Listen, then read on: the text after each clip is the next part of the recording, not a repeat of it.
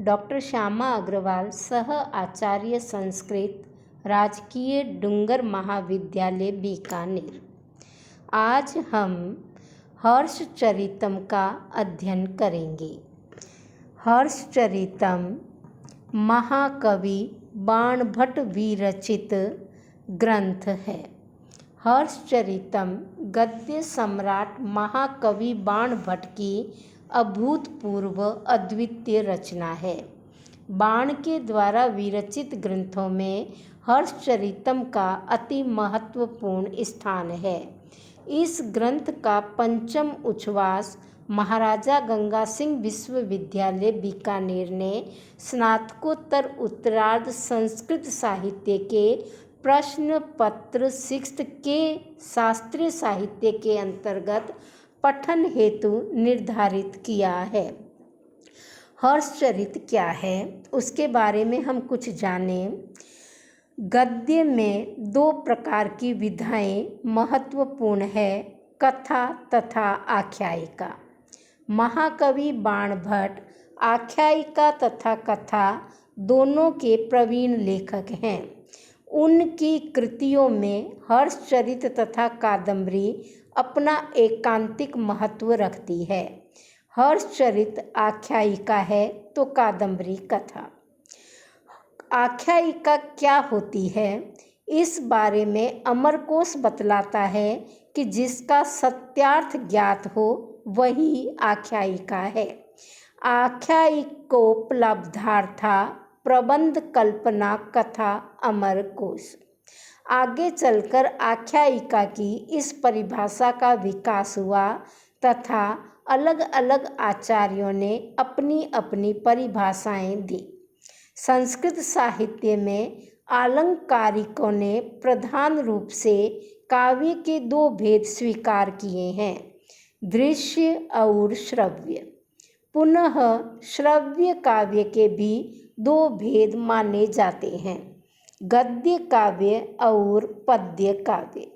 गद्य काव्य के फिर से दो भेद स्वीकार किए जाते हैं, कथा और आख्यायिका। जिसकी कथा वस्तु और घटनाएं सत्य हो वह आख्यायिका कहलाती है और जिसकी कथा वस्तु कवि कल्पित होती है वह कथा कहलाती है। अग्नि पुराण में आख्यायिका की परिभाषा उपस्थित करते हुए कहा गया है कि जिसमें कन्याहरण, संग्राम, विप्रलंब आदि विपत्तियों का वर्णन रहता है, रीति और वृत्ति अत्यंत पर्याप्त मात्रा में रहती है, उच्छ्वास नामक परिच्छेद होते हैं, चूर्णक शैली की बहुलता होती है, साथ ही वक्त्र एवं अपर वक्त्र नामक के श्लोक होते हैं, वह आख्यायिका कहलाती है। जबकि कथा वह होती है जिसमें कवि के वंश का आरंभ में संक्षिप्त वर्णन होता है। मुख्यार्थ की अवतारणा करने के लिए दूसरी कथा की योजना कथा रूप में की जाती है। वहाँ परिच्छेदों का विभाजन नहीं होता, हाँ कहीं कहीं लंबक अवश्य पाए जाते हैं। दंडी ने पूर्ववर्ती आचार्यों के द्वारा प्रदर्शित आख्यायिका और कथा के भेद प्रदर्शन का खंडन किया है। उनका मानना है कि दोनों में कोई मौलिक भेद नहीं है, इसीलिए उन्होंने अपने 10 कुमार चरित में दोनों लक्षणों का समावेश किया है।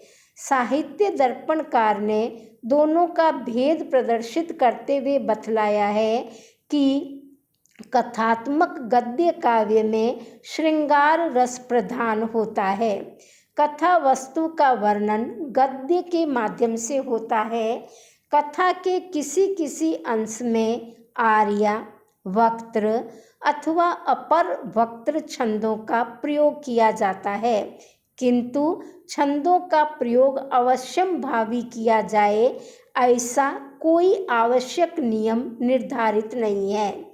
इसके साथ ही कथा के प्रारंभ में पद्यों के माध्यम से, श्लोकों के माध्यम से देवताओं को नमस्कार किया जाता है, दुर्जनों की निंदा एवं सज्जनों की प्रशंसा की जाती है।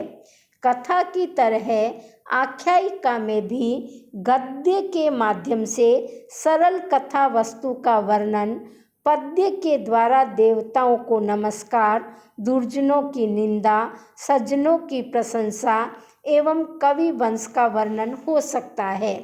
कथा की अपेक्षा आख्यायिका में गद्य के द्वारा अन्य कवियों का वृत्तांत भी कहीं कहीं देना चाहिए। आख्यायिका का विभाजन उच्छ्वासों द्वारा होना चाहिए। आर्या, वक्त्र एवं अपर वक्त्र, इन तीनों छंदों में से किसी भी एक का आश्रय लेकर दूसरे वर्णन के व्याज से उच्छ्वास के प्रारंभ में भावी कथा वस्तु की सूचना दी जाती है। इस प्रकार मुख्य तौर पर कथा और आख्यायिका में यह भेद है कि जहाँ कथा की कथा वस्तु कल्पित होती है, पूर्णतया कवि कल्पित या काल्पनिक होती है, वहीं पर आख्यायिका ऐतिहासिक वृत्त पर आधारित होती है। आगामी आचार्यों ने भी कथा और आख्यायिका में मूल भेद यही माना है कि कथा काल्पनिक होती है, कवि कल्पित होती है, जबकि आख्यायिका ऐतिहासिक होती है। उसमें ऐतिहासिक घटनाक्रम का वर्णन किया जाता है, किंतु आख्यायिका को उच्छ्वासों में विभक्त किया जाता है। कथा में उच्छ्वास या छंदों का प्रयोग नहीं होता है।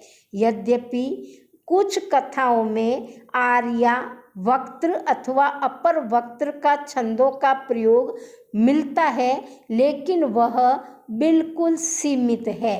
अन्यथा कथा में इन छंदों का प्रयोग नहीं होता और न ही उच्छ्वासों में विभाजन होता है।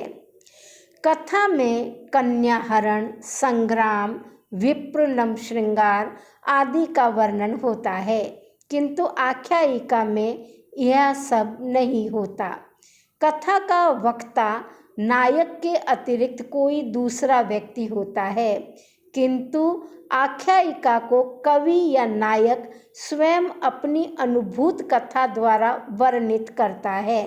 या तो कवि या नायक, इन दोनों में से कोई भी एक अपनी स्वयं द्वारा अनुभूत कथा का वर्णन जब करता है तो वह आख्यायिका होती है।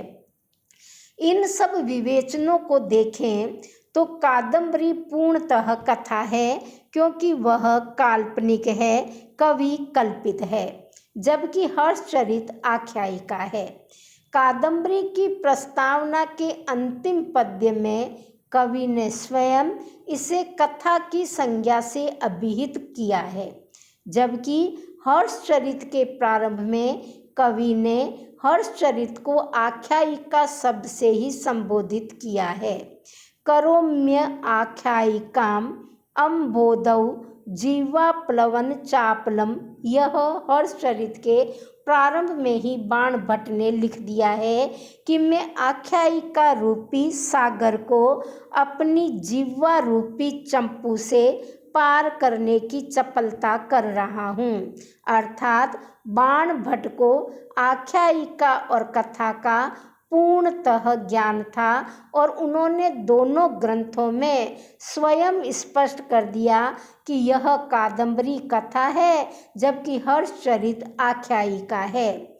आगे चलकर आचार्यों ने भी हर्षचरित तथा कादम्बरी को देख करके ही कथा तथा आख्यायिका के लक्षण बनाए हैं, ऐसा कई बार प्रतीत होता है।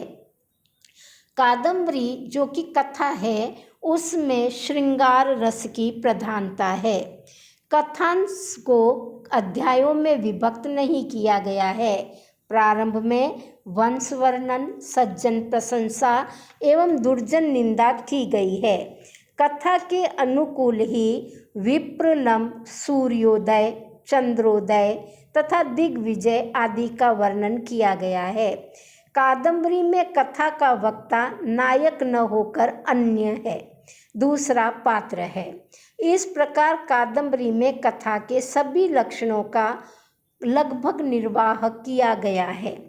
हर्षचरित आख्यायिका है। इसमें ऐतिहासिक कथा वस्तु की योजना की गई है। महाराज हर्षवर्धन इतिहास प्रसिद्ध सम्राट हैं। संपूर्ण कथांशों को उच्छ्वासों में विभक्त किया गया है। हर्षचरित के प्रारंभ में कवि ने अपने वंश का वर्णन किया है। स्थान स्थान पर आर्या इत्यादि छंदों का भी प्रयोग किया गया है।